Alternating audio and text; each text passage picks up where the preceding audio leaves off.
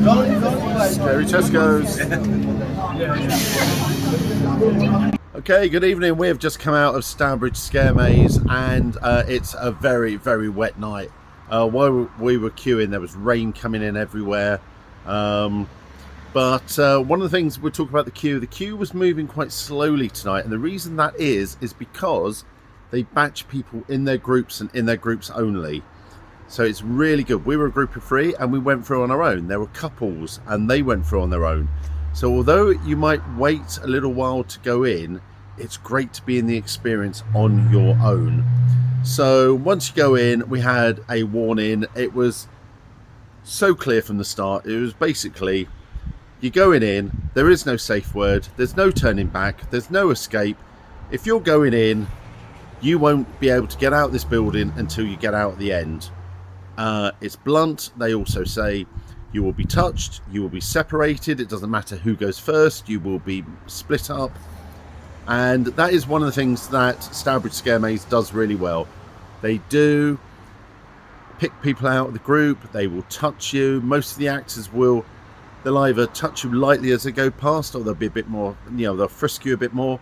I got really grabbed by my jacket and got pulled back in a different way.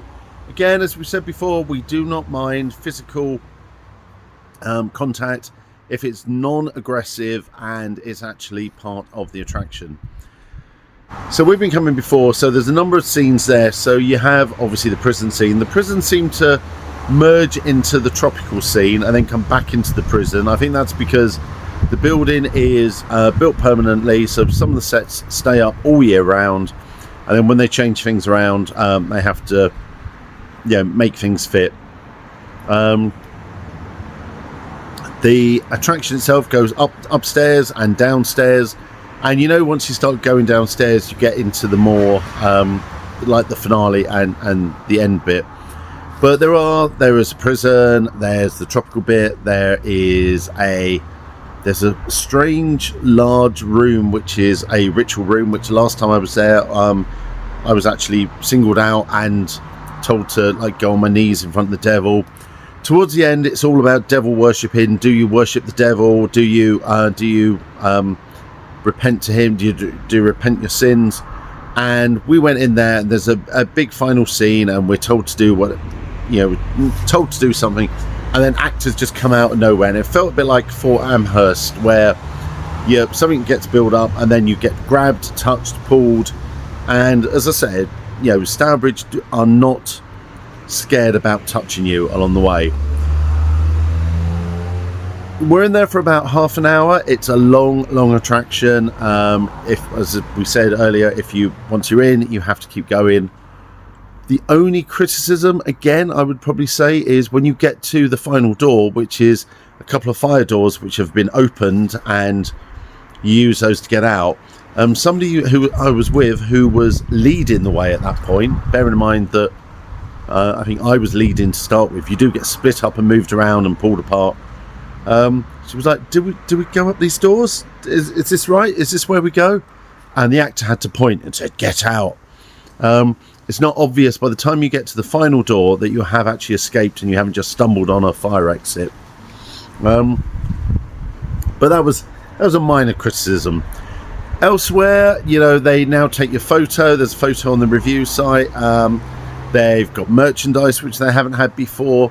But the beauty of this place is it's built permanently. So at the end of Halloween, they will just close it down, and they will reopen for next year. Now, we were told, we were talking to the owners during the night, and they were saying that they were originally being built as escape rooms, and they've got rooms in there that they can extend. They've got plans to go up even further and move down into the basement and get into other rooms. Even the bit where you're crawling through the cellars or stooping through the cellars is part of one of what was originally designed as an escape room. So they've got a lot to go there. It was really popular last night. It was cold, it was wet, it was Sunday night, and the queue was probably 45 minutes to an hour, and that's great. We've been a few times before when actually we've been the only ones waiting to go in. So to see it so popular and to see people scared and screaming and to hear screams throughout was really fantastic. So we just want to thank the team from Stourbridge Scare Maze, who we actually met for the first time this time. Thank them for inviting us down. We had a brilliant time. It's a really fun and extreme maze, so if you like that sort of thing, get yourself down to Stourbridge Scare Maze. Now, we've got to jump in the car, because if you do Stourbridge, it's very close to Walsall Scare Maze, and you can do the two in one night. So I don't want to promote one maze on this one's video, but when we get to Walsall, we'll also mention them. So if you are planning on doing some scare attractions in the Midlands, you can do Stourbridge Scare Maze and Walsall Scare Maze in one